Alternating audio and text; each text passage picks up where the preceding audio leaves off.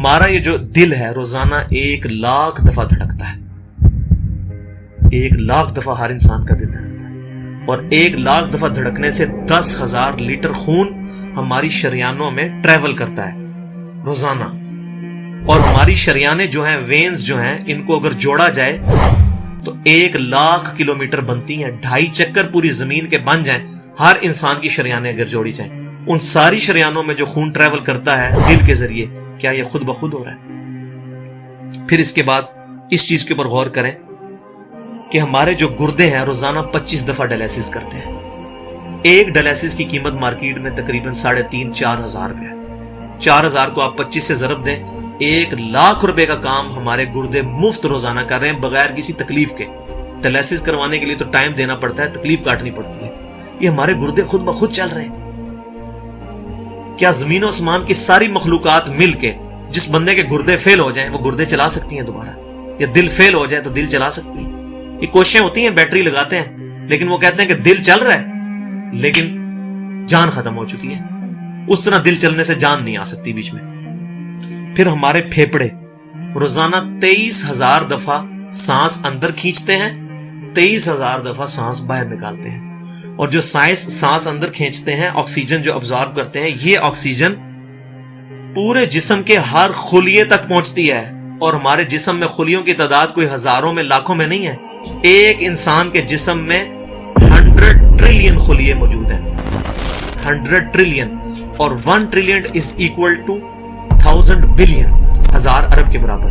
اس کو سمجھانے کے لیے سائنٹسٹ نے یہ ایگزامپل دی ہے کہ اگر انگلینڈ جیسے 30 ملک ہوں اور وہ 30 کے 30 ملک درختوں سے پر ہوں, ہر درخت کے 10,000 پتے ہوں, تو جتنے پتوں کی تعداد بنتی ہے نا, 30 انگلینڈ جیسے ملک مکمل درختوں سے بھرے ہوئے, وہ سارے پتے گنے جائیں, ہر درخت کے 10,000 پتے ہوں, تو یہ 100 ٹریلین فگر بنتا ہے.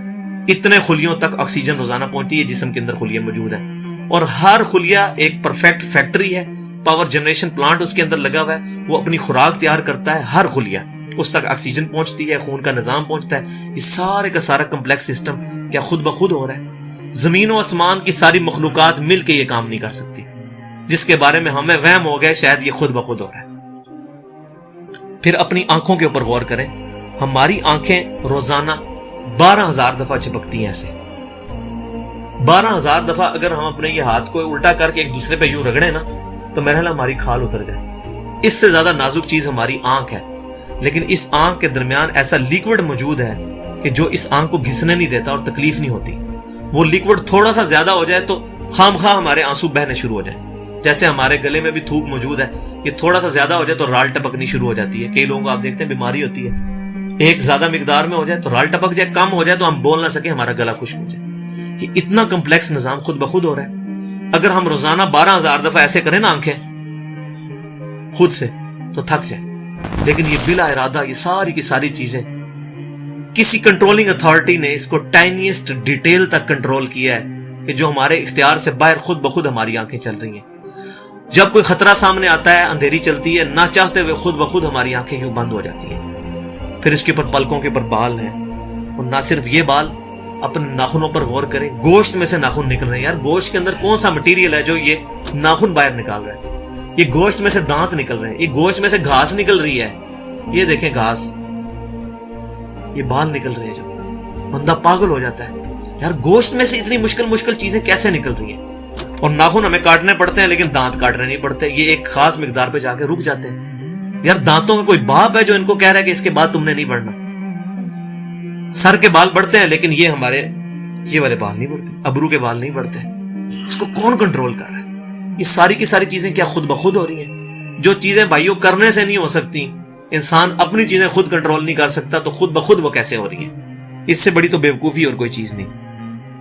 پھر سب سے مشکل جو انسٹرومنٹ ہمارے دماغ جو ہے, ہمارے دماغ کے اندر 10 ارب خلیے ہیں, اور جو دماغ کے اندر جو ہمارے کنیکشنز ہیں وہ 100 ٹریلین ہیں, equivalent to the quantity of cells in human body. جو میں نے بتایا تھا انگلینڈ جیسے 30 ملک ہوں, وہ والی ایگزامپل دی, وہ سیم اتنے کنیکشنز دماغ کے اندر ہیں. ہمارے دماغ کے اندر 1 منٹ کے اندر 10 لاکھ چین ریاکشنز ہوتے ہیں جن کی وجہ سے دماغ کام کرتا ہے. ایک کنیکشن بھی ان 100